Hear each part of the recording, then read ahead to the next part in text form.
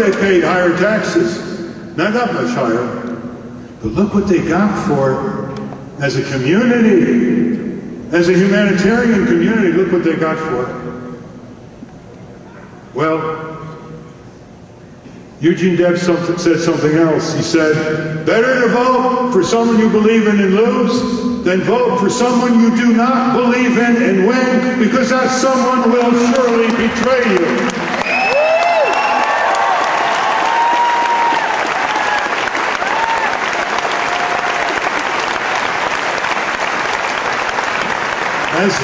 As did the Democratic Party when the anti-war movement, with few exceptions, took the year off in 2004 because they didn't want to embarrass John Kerry, who wanted more soldiers in Iraq. And as he said to Bush in the first debate, you remember, we wouldn't have pulled out of Fallujah. He was more hawkish than Bush. So they broke the back of the anti-war movement because they called off those rousing demonstrations in 2003, you recall, here and around the world. And what did the Democratic Party reward them with? They continued to fund the war along with the Republicans, and so did Hillary Clinton and Barack Obama until the last one, when it was embarrassing for them to do so. They continue to refuse to deauthorize the war. They refuse to impeach Bush and Cheney, the most multiply impeachable president and vice president in American history.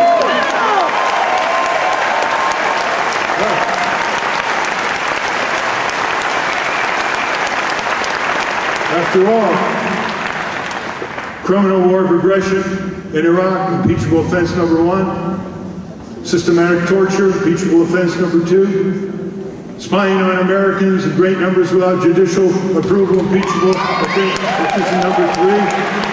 Signing statements in the hundreds by Bush saying he'll sign this bill, but he'll decide whether or not to obey it. That's what we had a revolution for against King George III. We don't need King George IV.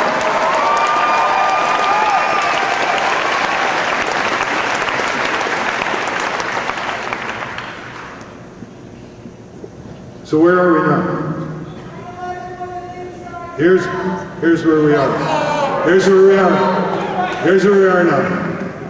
It doesn't matter how proper and just our causes are if we do not put civic and political muscle behind it. The difference with this gathering is going to support, I hope, the Nader Gonzalez candidacy, which will go past 2008, and with a swell of support and commitment in congressional districts, move into 2009 and set up citizen congresses in each congressional district to take control of Congress from the corporate interests and move all these things forward.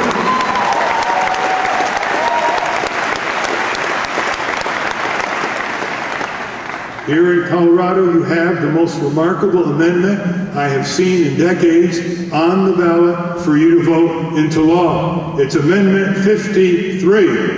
And if some of you have not heard of it, I'm going to describe it in 3 short sentences. Amendment 53, if passed, would hold senior company officers criminally liable for corporate wrongdoings and permit the public to bring civil action lawsuits against company officers for criminal actions by their corporation.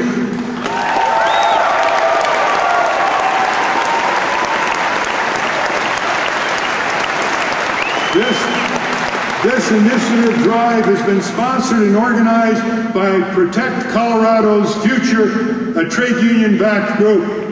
Go to the polls. It's winning in the polls now. Don't let the people of Colorado be propagandized by what's coming on these television ads. If you enact this initiative, it will give heart and life to initiatives all over the country. Not only because it's long overdue, not only because the corporate crime wave is getting bigger and bigger and they're throwing it on your backs to bail them out, but it's because people in California and Wisconsin and Michigan and Massachusetts will say to themselves, for heaven's sake, if it can happen in Colorado, it can happen anywhere.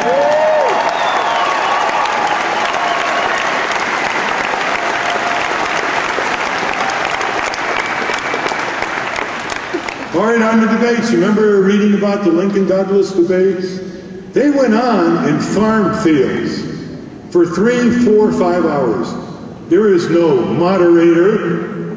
They just went at it. And scribes would write down, shorthand, every word and print it in the daily newspapers, which people would gobble up for a penny a newspaper.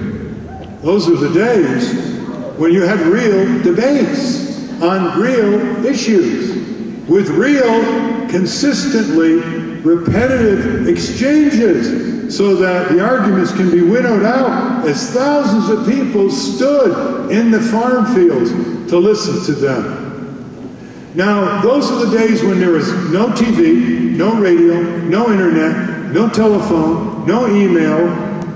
There's nothing like that. And we have all of that today. And why are we rationing debates? Why are we allowing those politicians and their television networks to restrict our debates? And I don't mean parallel interviews, I mean real debates.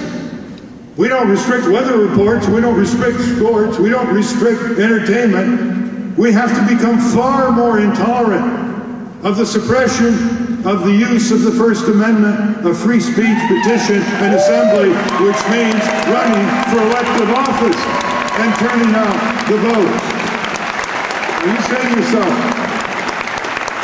I'm sure you've had trouble with these hardline Democrats and Republicans saying, what are you doing thinking about voting for third-party and independent candidates? And you know, there's a thinly veiled political bigotry there. They use words like spoiler. Spoiler? Who has spoiled America? Who has spoiled its elections, its government, its hopes, and its future more than the Republican and Democratic parties and their corporate masters?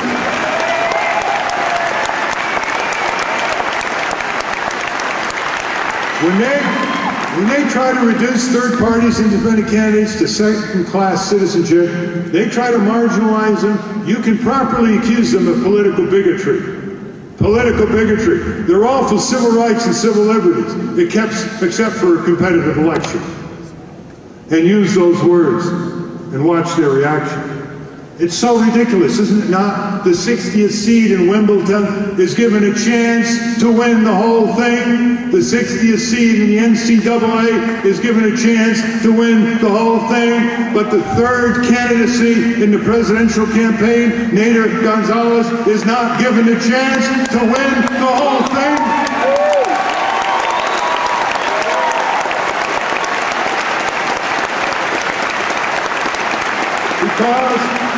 Because the two parties have the key to the debates, which is the opening to reach tens of millions of Americans. There's no other way unless you're a multi-billionaire.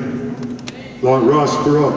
No other way to reach tens of millions of Americans. It's not the way we should have a country and a political system. That's the way it is for this year. We've got to change it. A lot of people confuse personal freedom with civic freedom. You know, we have a lot of personal freedom in this country. We can marry who we want, eat what we want, buy what we want, choose our friends, whoever we want, pursue our own habits, walk when we want. We can take a 4,000-pound vehicle 3 blocks away to buy chiclets if we want.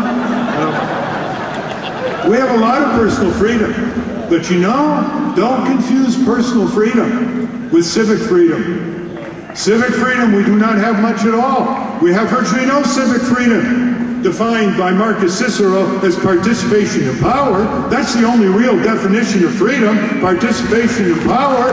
Do we have participation in our military policy, our foreign policy, our economic policy, our labor policy, our environmental policy? Very little. And I think we've become much more upset with our state. And we become much more willing to raise our expectation levels, without which we can never motivate ourselves and galvanize ourselves. Our expectation levels to demand more from our political system, from our Congress, our president, our courts, right down to the local community. If we do not demand more, if we lower our expectation levels, the politicians will surely oblige us.